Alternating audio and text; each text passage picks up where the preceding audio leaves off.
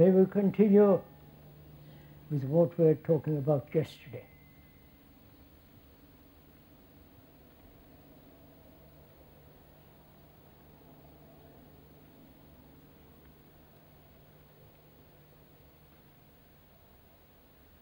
Before we go into that, may the speaker remind you, this is not a weekend entertainment.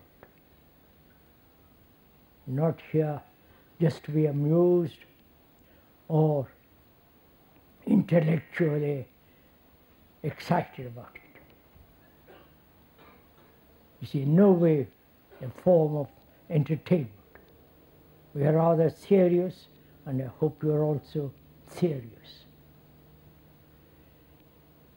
We were saying yesterday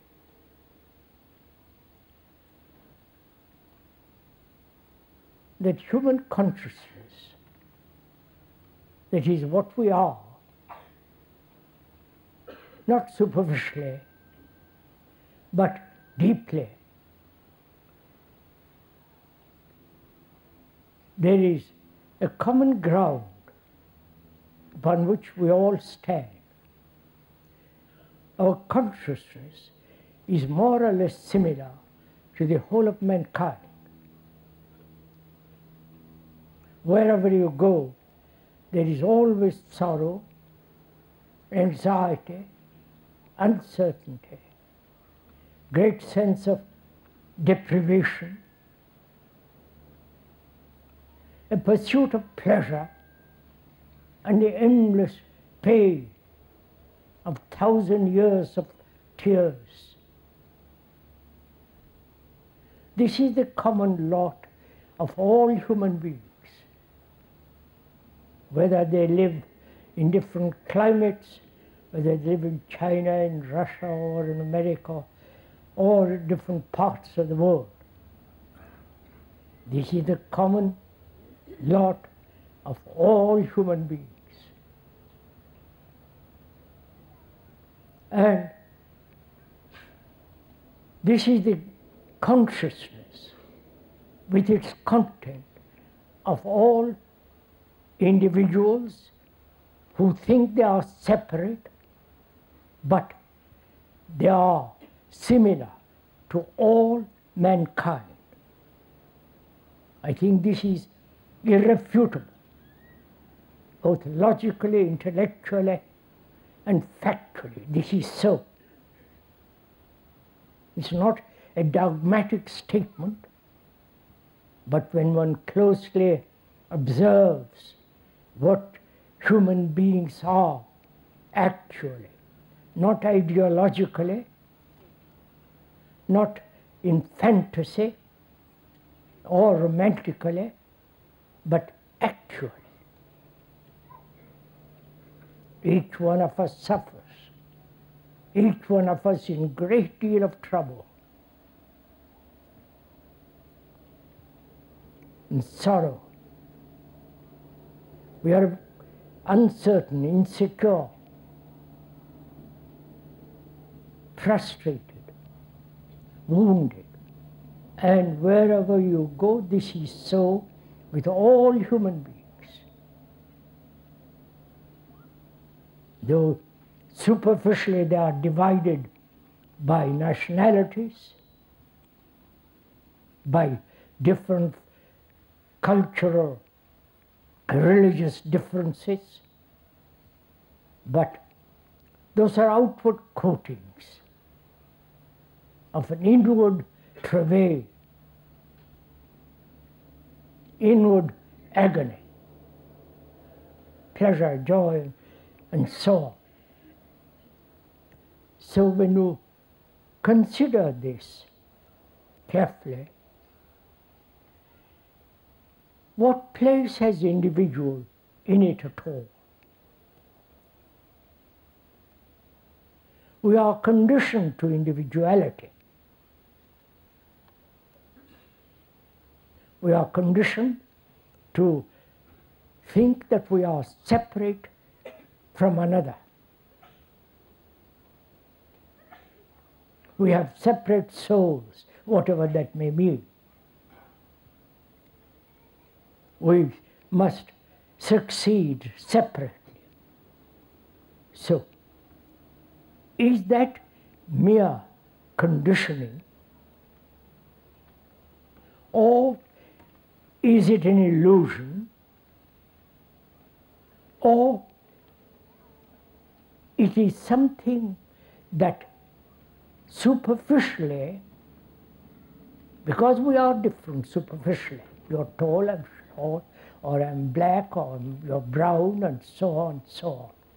Superficially, we may be different at the peripheral level, but that does not constitute individuality.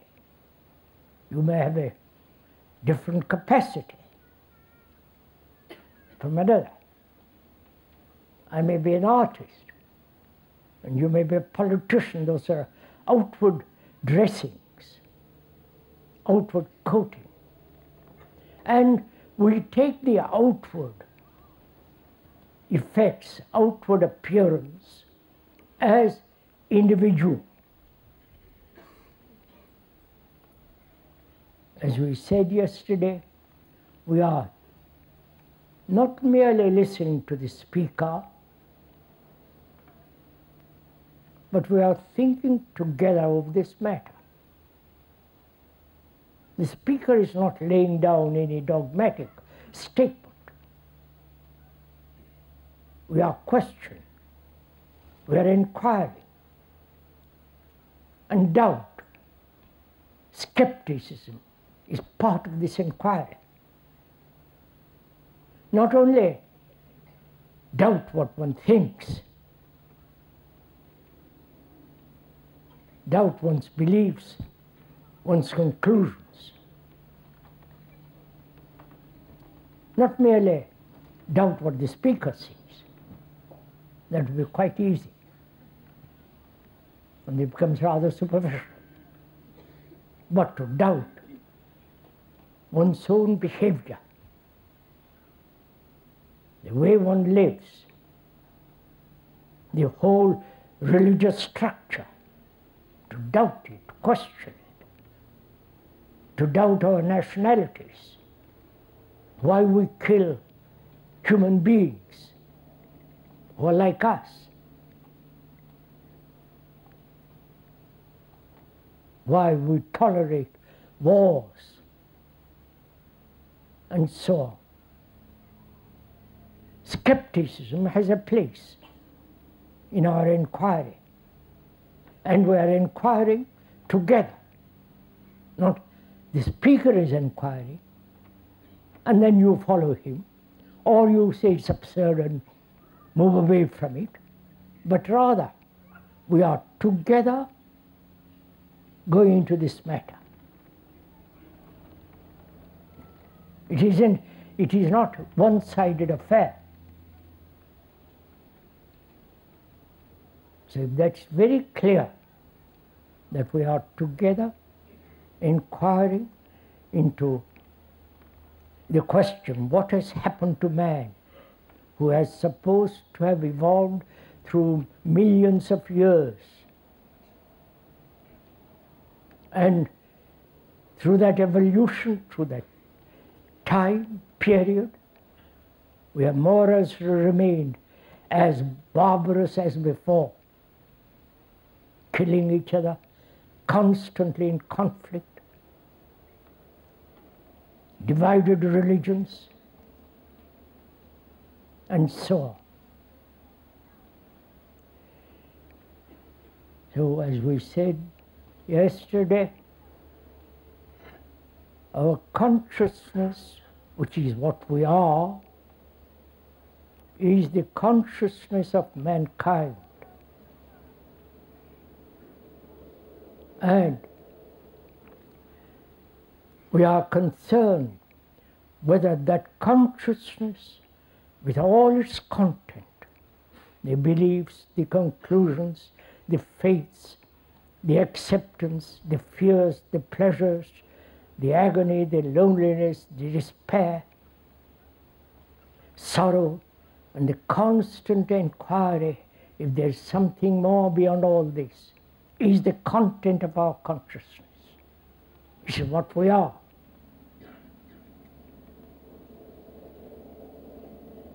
And thought, as we said, is not individual thought. Thought is common to all mankind.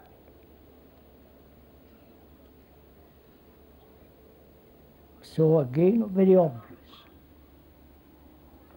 And thought has created all this world in which we live. Not nature, not the tiger, fortunately, not the lovely trees of the mountains, but the society in which we live. Thought has created all that. And having created it, then thought tries to solve the problems involved in that society of which we are. We are society. Society is not different from us. What we are, the society is. If we are ambitious, greedy, envious, competitive, violent, we create a society which is what we make of it. So, as one observes, these are all obvious facts if one has looked into it. And one hopes that you are doing this, not accepting what the speaker is saying, but inquiring together into this very serious matter. And this is not a weekend seriousness. For a few days, for this morning, for an hour or so, you're a bit serious, and then forget all about it. Back into the routine, into the tradition, into the habit, into the mechanical process of living. We are inquiring together why human beings, you and those people who live miles and thousands of miles away, have made society as it is, and whether it's possible to bring about a radical change in that society, which means radical change in ourselves, because we are society. The world is not different from us. We have made this world. Unless our world, which is the world which is within us, in the psychological area, if that world is not transformed, we will go on killing each other in the name of God, in the name of religions, for patriotic reasons, and all that indicates we are thinking in terms of isolation. The British, the French, the Tibetans and so on, thinking in isolation.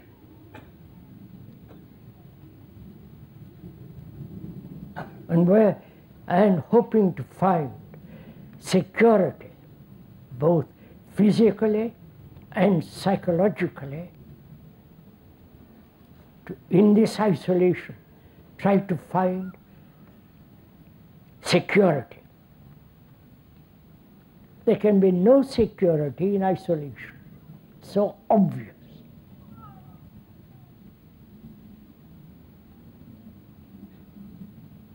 There can be no security in religious isolation. There is no security in communes because they are isolated. There is no security when we think we are separate from the rest of mankind.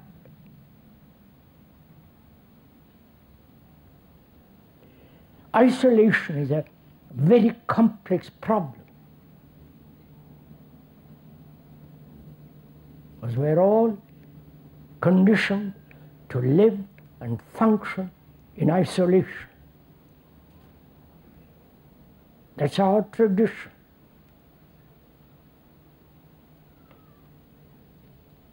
That's our culture. If you are an artist, you're an artist, separate from everybody else. Businessman or the priest, separate. And religions throughout the world are cultivating this separatism. This is a very serious matter. Please do pay attention to this, because things in the world are getting worse and worse. People are preparing for war. This is not a threat by me, but it's there. And we human beings are caught up in it. The politicians will not listen to any of this, because they cultivate isolation.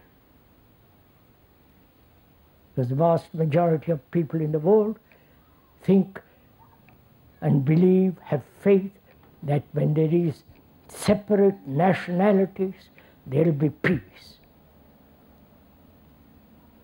And history has proved there is no peace in isolation. And yet we carry on. You have had a war in this country. There's war going on in different parts of the world. Because everybody ideologically, nationally, and individually are working for themselves, thinking in terms of security in isolation.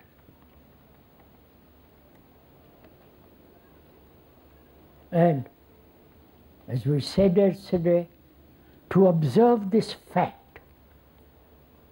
this reality, to perceive it, not emotionally, not as an intellectual concept, but as an actuality, a burning reality, that as long as we are thinking in terms of isolation, there must be conflict.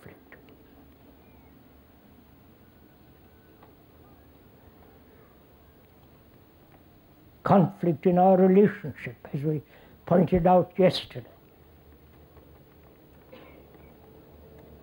And this isolation brings about hatred,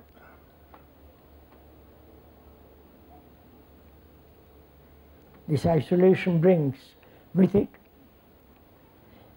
this sense of separate entity who must work for himself, cultivate his selfishness, pursue his own trade, his own capacity. That's what the scientists are doing. The scientists, they are interested in one or two things. The really great scientists are concerned with matter, what's beyond matter. But those who are employed by the government, the scientists are maintaining war, as the priests throughout the world are maintaining war. Right? These are all facts. So as we said yesterday, to perceive these facts is not to analyze the fact, that which one observes, to observe. And we went into that question briefly yesterday. What does it mean to observe? observe what is happening out there, outside of our skin, the society, the world as it is, where technology is advancing so rapidly, which is almost destroying human brain.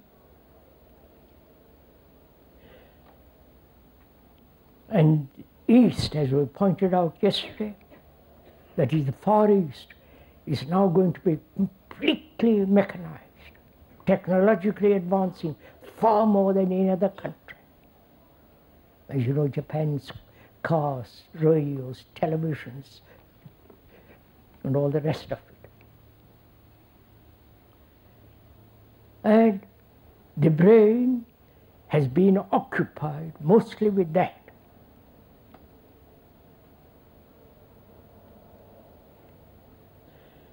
And now, if we do not wisely, carefully, intelligently observe the deeper quality of the brain, deeper quality of human being,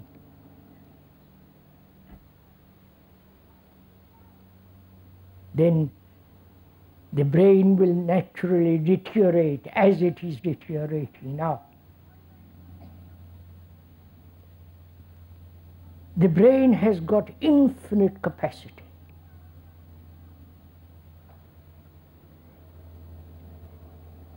But it is limited now as we live. It's limited by our desire to fulfill as an individual. It is limited by the travail, the agony, the despair, the loneliness, the terrible state human beings live in. All that, by all those activities, the brain is limited.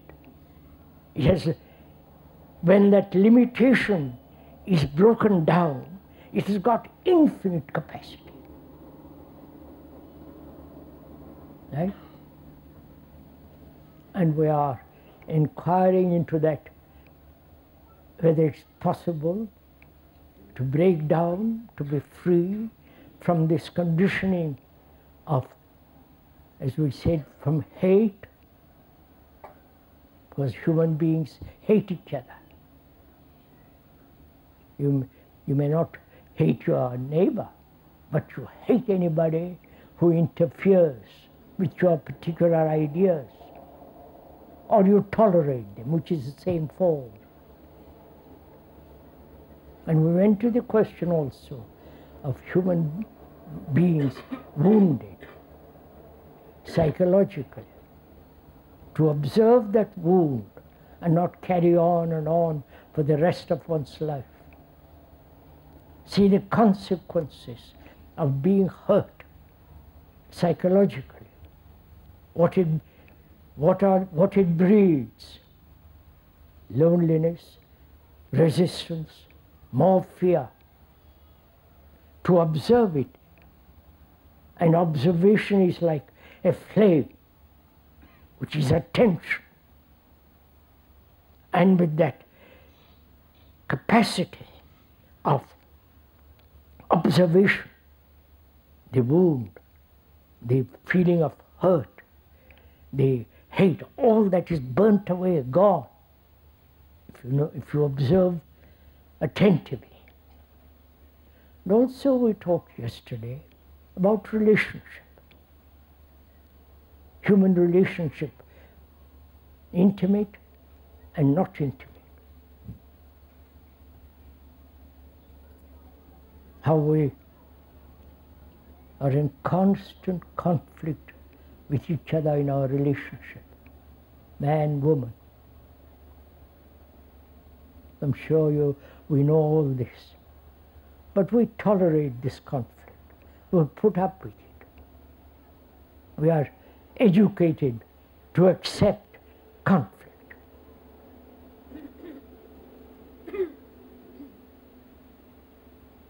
And that's we conflict we consider is necessary, a form of progress. So, where there is conflict, there cannot be love. We talked about it briefly yesterday also. Conflict has a cause, and has love a cause. If I love you because you give me food, sex, comfort, dependence, I feel attached to you because for various reasons, economic, social, health. Is that love? Please, we are asking this question. The speaker may ask it, but you have to ask this of yourself. Has love a cause? The two words are contradictory.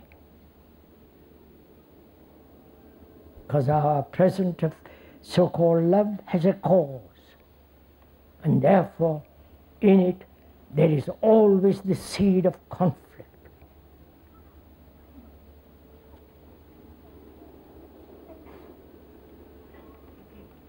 So what has a cause can end. The effect can end.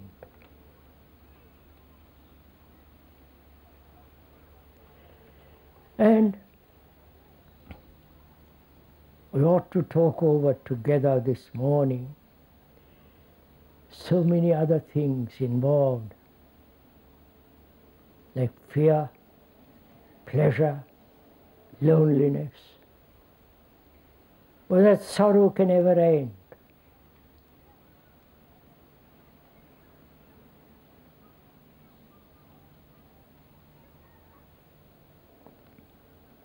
You know, man has never understood or finished end sorrow.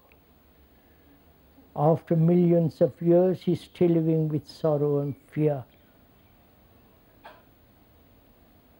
pursuing something which he thinks is real, true, and is always disappointed. And to achieve that reality, that truth, he must struggle. Conflict is necessary to achieve that which is beyond all time. So we are trained, we are educated, it's our habit, our tradition to struggle, to live in conflict. Conflict is not only personal, but the conflict with other people, with other nations. So we are asking what is the root, the cause of this conflict. Please, you are asking this question with me. Please don't wait for an answer from the speaker. We are both together examining the cause of this endless conflict between human beings. Conflict of religion, conflict of nationalities, the destruction of human beings who believe in something different from you, the conflict of ideologies, conclusions.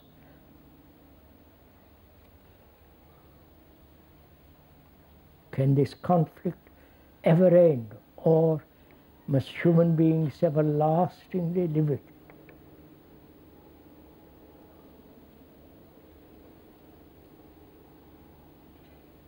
What is the root of this conflict? The cause. If one can find out the cause, then the effect can naturally be sterilized, wiped away, or end. But we don't find the cause, the deep-rooted cause. then you may try to alter the cause. You understand? If I don't find cause for my unhappiness, I live always in my unhappiness. If I don't find cause for my sense of loneliness, I'll always tolerate it, put up with it, be frightened with it, go through the various travail involved in loneliness. But if I can find the cause of it, I can end it. So we are trying together. We are not accepting what the speaker is saying. Speaker is totally anonymous. It's not important what the speaker is, but what he says is important. So, what is the cause of this conflict?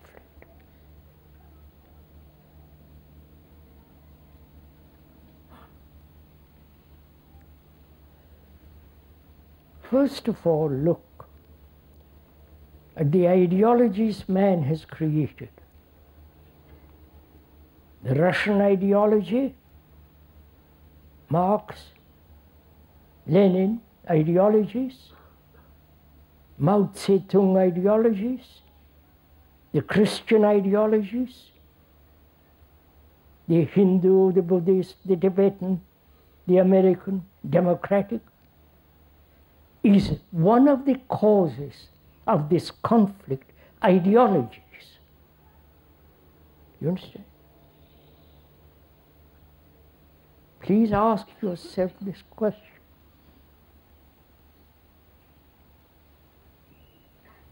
You are Christian, which is an ideology,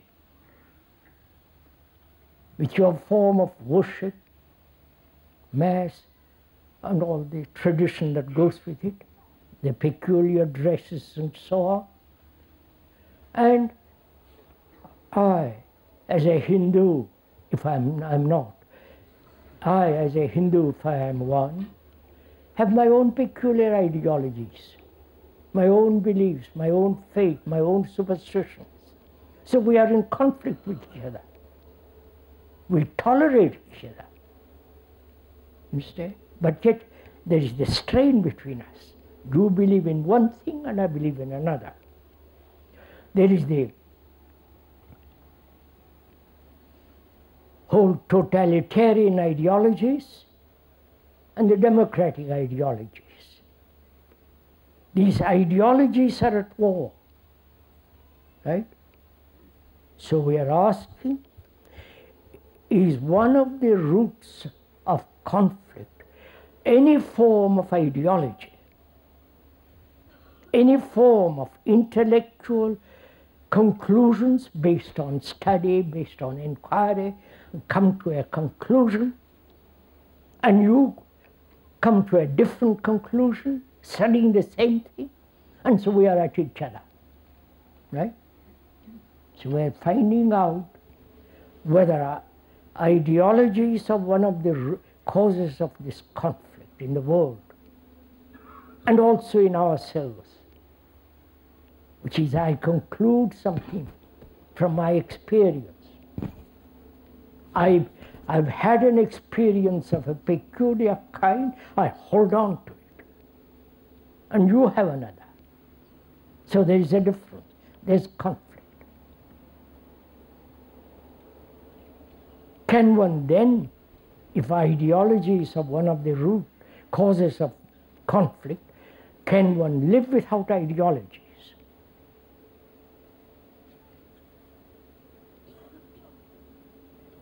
Once work it out, think it together. Do it, please, as we are sitting here, inquiring, do it. See whether one can be free. If you think ideologies are one of the roots, causes of wars, disturbance, conflict, whether those ideologies are necessary at all. Ideologies are the projection of thought. That thought may have inquired, studied, accumulated a great deal of historical knowledge and come to a conclusion and holds to that conclusion. Another does the same thing. So there are two different camps dividing each other, arming each other, killing each other. Right? And we are doing the same thing in our private life, in our relationship with each other. Or two. So, can one be free of all ideologies? We see the cause of it. The cause is we think that with ideologies, with ideas, with ideals, we'll be secure, we'll be safe. And we discover that ideologies in themselves, created by man, will inevitably bring about conflict. Right? There is the cause, which is the cause. The cause is isolation. Isolation may be 200 million people on one side and 10 million people on the other. Or 2 people on one side and 10 on the other.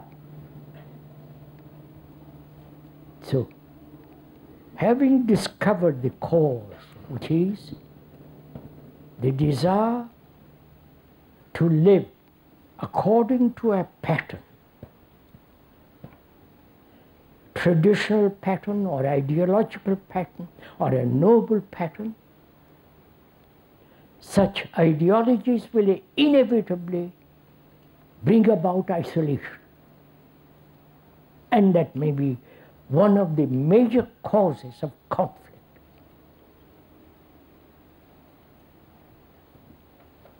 Now, when one has observed this fact and the causation of it, to be free of the cause,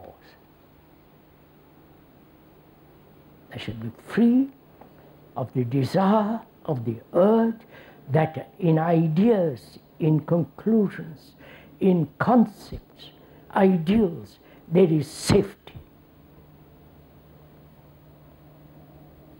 Come on, sir. Either it is a fact or it's not. It's a wrong conclusion. Conclusion, you understand again, which means separate. I don't know if you see that.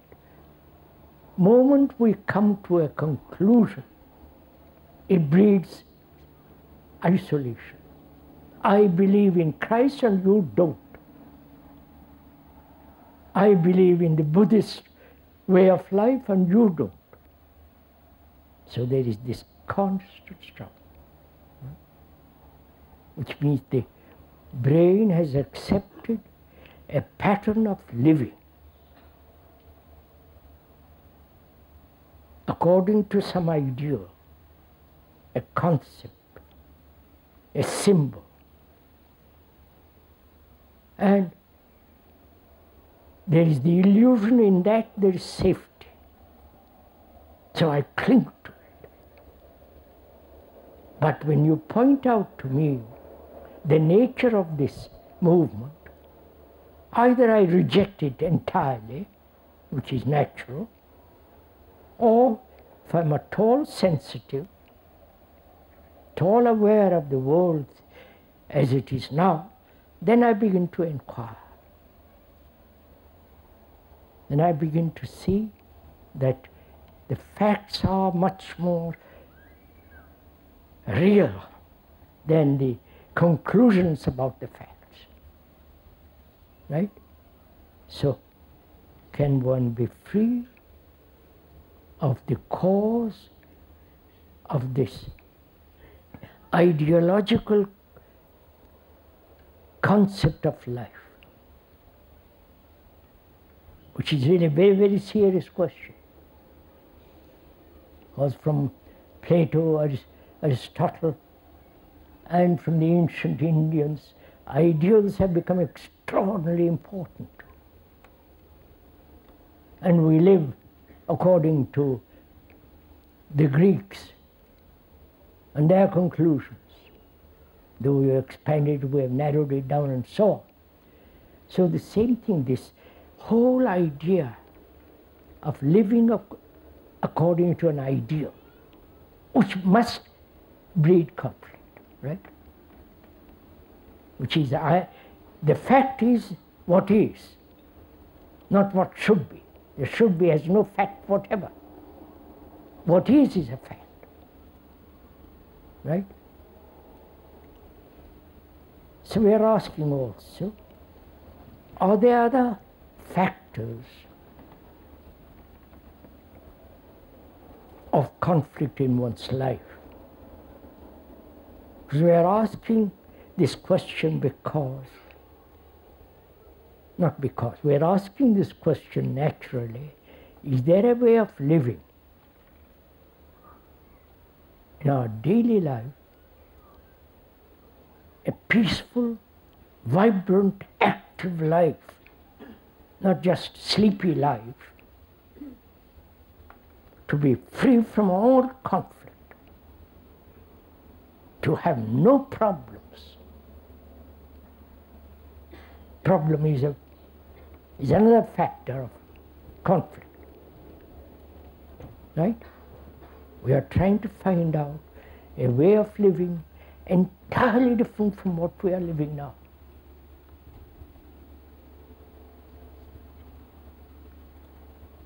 What the world is becoming more and more insane.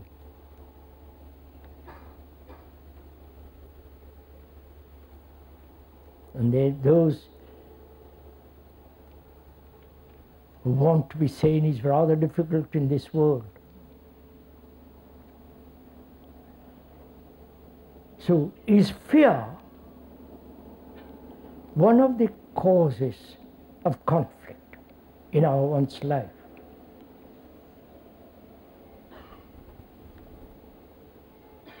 We said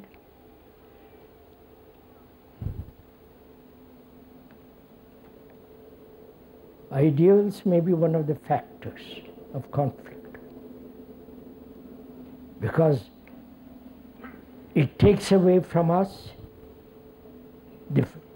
facing the fact. And we're asking, is fear one of the factors of conflict?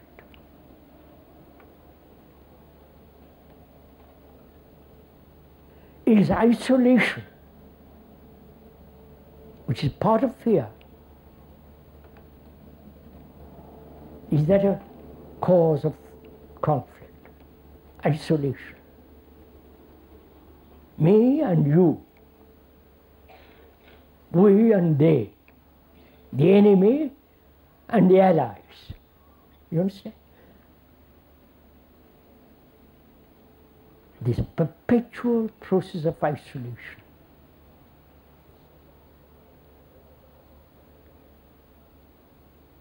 Identify with one group against another group.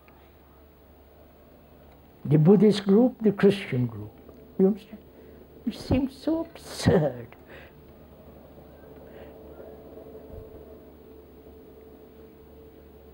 And is fear a major factor?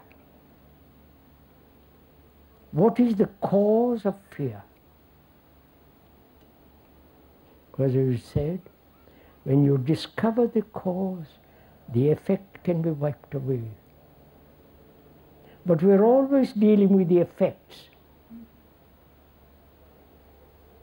I'm afraid of that person, or I'm afraid of thunder, or I'm afraid of my wife, husband, a dozen forms of fear. And we want to wipe away the effects of fear. We never question whether fear can totally end, which is to find out the cause of it. Right? Can we go along together with it? Please, you are asking this question of yourself, not merely listening to the speaker. You know, we always want to be led. That's one of our beastly nature. We all want to be told what to do.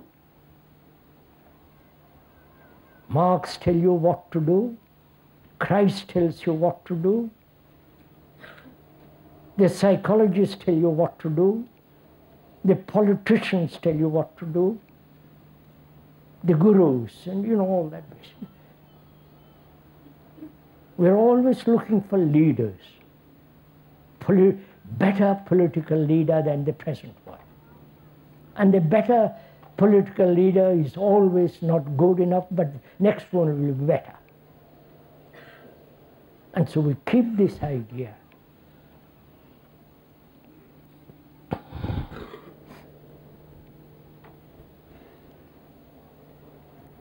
So we're asking, there is no leader here.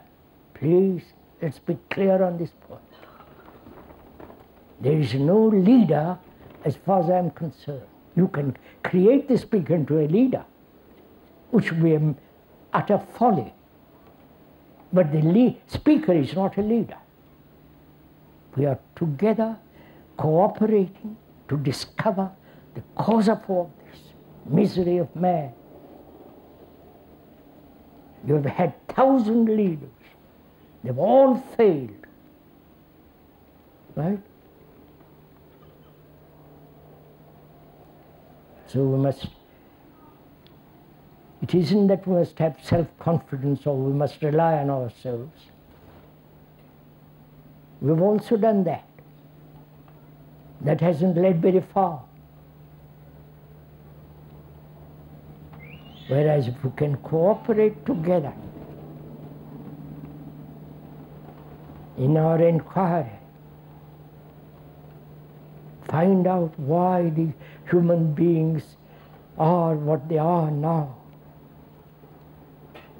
You see, there's perpetual misery, conflict. And we say fear. Fear is one of the causes of conflict.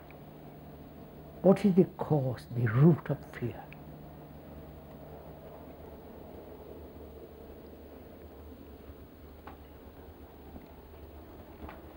We're not talking about the branches of fear or trimming the branches of fear, but very root of it. The tree that has many branches, many leaves, many flowers. We're not concerned with that, but the root of it. Is it this eternal seeking of and living in isolation, which is living on the periphery? You have certain characteristics, certain culture, certain way, certain tradition, and you are satisfied with that. You are British. All right? We'll tolerate this. And in France, we are French. Go to Spain, it is the same. Go anywhere in the world, it is the same assertion. Outwardly and inwardly, we are isolated. My desire, my fulfillment, my wanting, all the rest of it. So is that one of the causes of conflict? Isolation. Obviously. Politically, as long as you remain British and the French and all the rest of it, there will be no global relationship, and there will be no peace in the world at all. Right? Tell that to the politicians, he'll say, buzz off.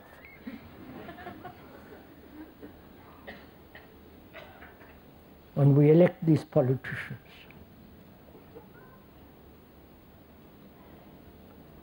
So we are finding out ideologies, isolation, and now we are inquiring into whether fear is one of the factors of conflict in our life. Obviously it is. I'm afraid of you because you are cleverer than me. You're more beautiful than me. You know, this constant comparison.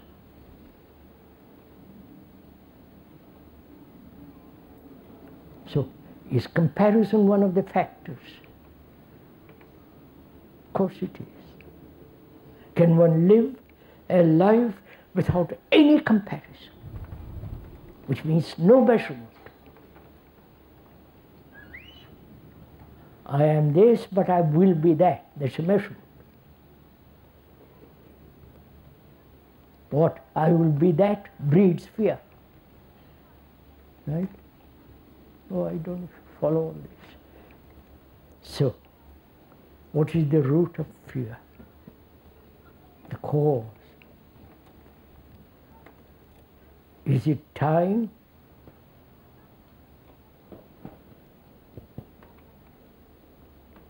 Is it thought? Is it desire?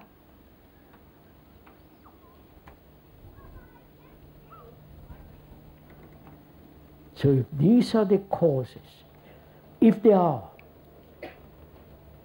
we are saying is desire one of the causes of fear? We're going to it. Is it thought? That's the root of fear. Is it time? Time being a movement from what is to what should be. Time being the state of the brain that says, I am this, but I'll pursue the ideal.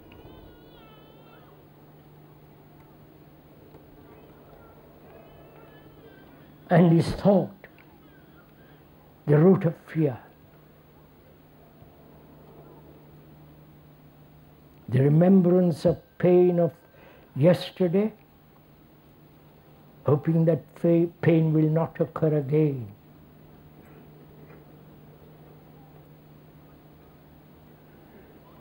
Thinking, is that one of the causes of fear?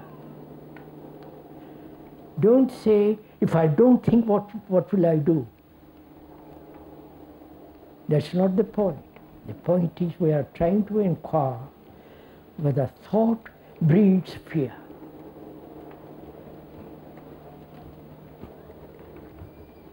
Of course it does. It's desire, the ground on which fear flowers. So we have to inquire into these factors. What is desire? What is thought? What is time? Can we go on? We are not tired?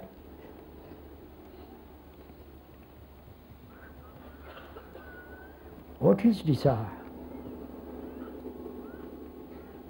Which shapes our life, which has such extraordinary vitality, drive.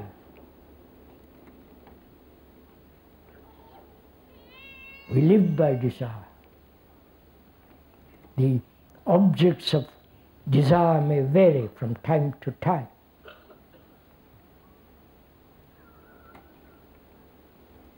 But we're not concerned with the objects.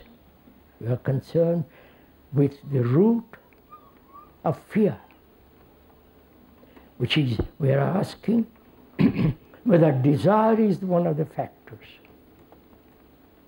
and not desiring that or this, but desire itself, right? What is desire? We have to inquire what is sensation.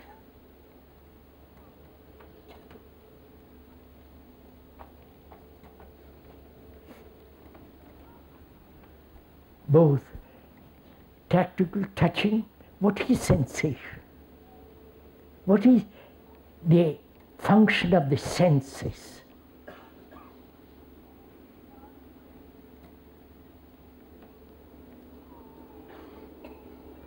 Are the senses separate in themselves? And if they are separate, you cannot help to do anything about it. But is it possible, please listen to this, you may not have thought of it, is it possible to operate with all your senses fully awakened? You understand my question? I may be very good in seeing clearly with my eyes, or I have a very good taste about wine, or I'm sensitive about this or that. But I'm asking, is it possible to have all your senses heightened and fully operating together? Right? You understand my question? Have you ever looked, have you ever tried, or I'm not asking, please, I'm asking this politely. Have you ever tried to look at a tree with all your senses, or at the sea with all its beautiful waves and color and depth and the tremendous vitality of it? To look at something with all your senses. That is, to have total sensation, not partial sensation.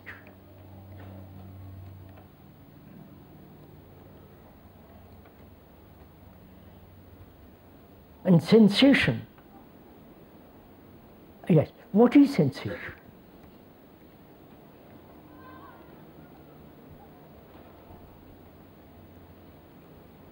Pain, physical pain, physical discomfort, ill health, and also psychologically, the sensation, the feeling of being hurt, being lonely, the sense of depression and elation, the sense of deep inward loneliness of man.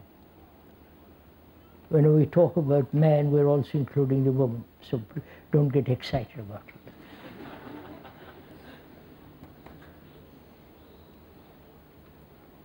We live by sensation, only partially. And the sensation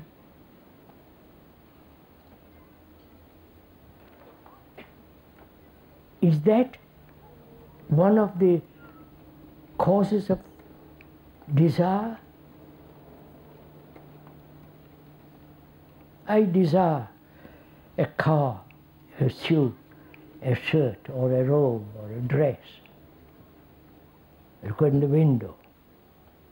I perceive, with optically perceive, then I go inside and touch the material, this good material, which is sensation, right? So I'm beginning to discover that seeing, touching, contact from that sensation, right? Right? Seeing visually, contact, sensation. Then what happens? Then thought arises and says, how nice if I could get into that car, drive fast. Or in that shirt, in that dress, in that. So thought creates the image of me having that shirt or something else. When thought creates the image, then there is the beginning of desire. Are you following me? Go into it, says. This is part of meditation if you are interested in it. Not just sitting cross-legged and going off into some fantasy. This is part of meditation, to inquire very deeply into the nature of conflict, into the nature of desire. Not what other people say about desire. The whole concept of, Christian concept of suppression of desire. As if you come to serve the Lord, and have no desire, except one desire to be like Him or whatever it is. So, seeing, contact, sensation, then thought creates the image. At that moment is the birth of desire, right? With all its problems. Controlling it, not controlling it, accepting it, enjoying it, with all the consequences of pain, trouble. And it may be also included in it, maybe one of the causes of fear, because I may not get what I want. I'm depressed by it, frustrated by it. I'm afraid I can't get it, and so on. So I discover that one of the causes of fear is desire. I'm not asking how to be free of desire. I see the cause. I perceive the cause. By the very perception of the cause, something will take place. I'm not going to say I must be free or not free of desire. That's very important to comprehend this. Then who is it that is going to suppress desire? Desire itself, surely. Indeed. I suppress desire because I want another form of desire. So it's the same movement. So we are saying we are not discussing or going into the question of suppression at all, or escaping from it, or transcending it. This is we see the movement of desire. Observe it. Then we say, is time the factor of fear?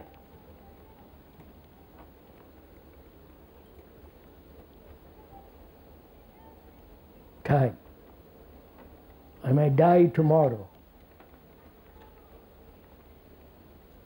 or 10 years later. I'm all right now, but God knows what will happen tomorrow. Tomorrow is time, right? There is time by the universe, that is the rising of the sun and the setting of the sun, night, day, and all the rest of it. And also there is the inward time. Inward time, which is, I've had happiness another day, and I hope I'll have it in the future. Or I've had an experience, I cling to that experience, and hoping nothing will disturb it. Or I've had pain, both psychological and physical, and I hope that will never happen again. Time is a movement, right? And thought is also a movement. Thought which is born of knowledge. Knowledge is the result of experience. We are the result of thousands of years of experience. Thousands of years of knowledge, psychologically. And you need time to learn a language, to acquire various capacities. So there is time outwardly, there is time inwardly. And thought is also the result of time. The accumulated knowledge of centuries stored in the brain as memory, and that memory responds as thought. This is all facts, it's not my invention, it is so. So, desire, isolation, thought, time are the factors of fear, the root cause of fear.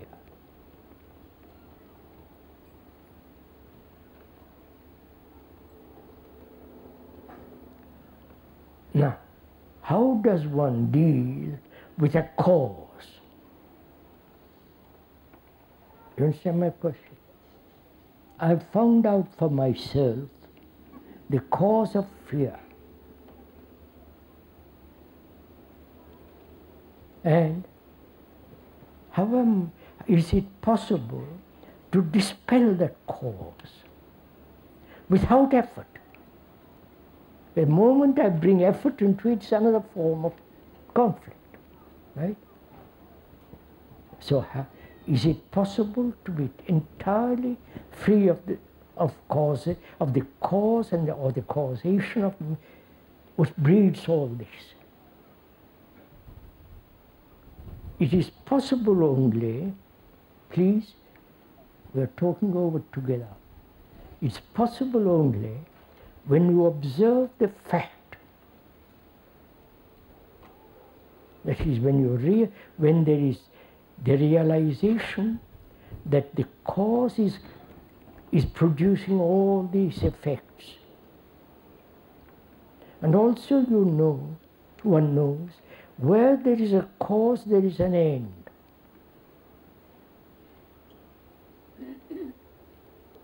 If I have a cause for tuberculosis, that's the cause, and I cough and all the rest of it. Now there's medicine to cure tuberculosis. There's the end of it. Where there's a cause, the effect can be wiped away. So I'm asking, I've found the cause. Now, how am I to deal with it? What is to happen with it? You understand my question? Any movement on my part, that is, any movement of desire to say, I must be free of fear, I must be free of causation, of this cause, that's another form of desire, right? So I realize any movement of thought, any movement of the urge to be free is part of the same thing. So can I observe without any movement of thought or time, just to observe and remain with the cause, not move away from the cause? You're following me? That requires tremendous close attention.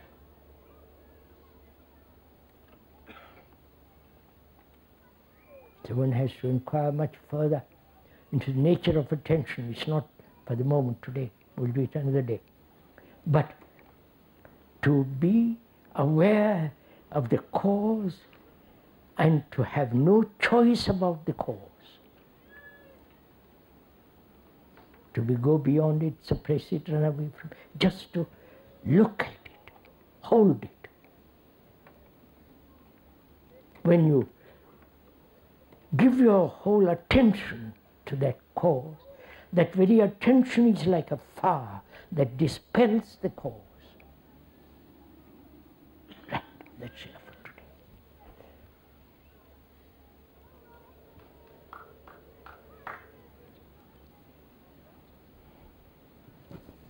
May I get up now, please?